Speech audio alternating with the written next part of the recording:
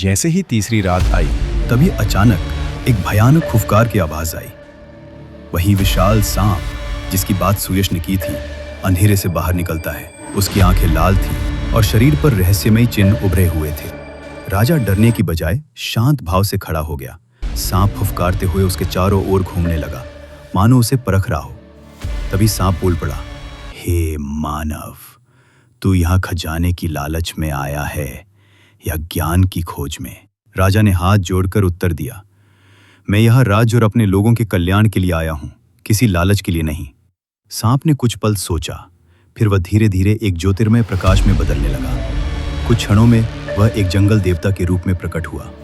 वह कोई साधारण प्राणी नहीं, बल्कि जंगल का रक्षक था, जिसने उन 3 जीवों को खजाने की रक्षा के लिए नियुक्त किया था।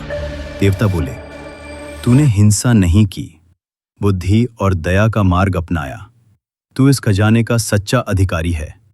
लेकिन असली खजाना सोना या रत्न नहीं, बल्कि जंगल की रक्षा और संतुलन है।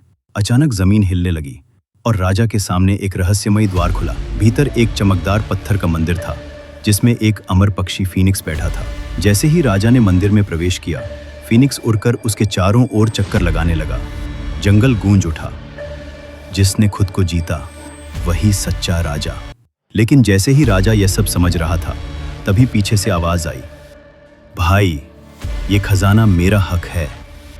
ये कोई और नहीं बल्कि सुयश था, जो गुप्त रूप से राजा के पीछे पीछे जंगल में आया था। उसके मन में अब भी लालच था।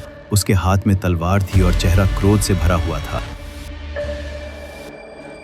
अब राजा के सामने एक और चुनौती खड़ी थी, अपने भाई को समझाना या उससे युद्ध करना। अगर आपको ये कहानी पसंद आई तो अगला भाग देखने के लिए हमारे चैनल को सब्सक्राइब करें।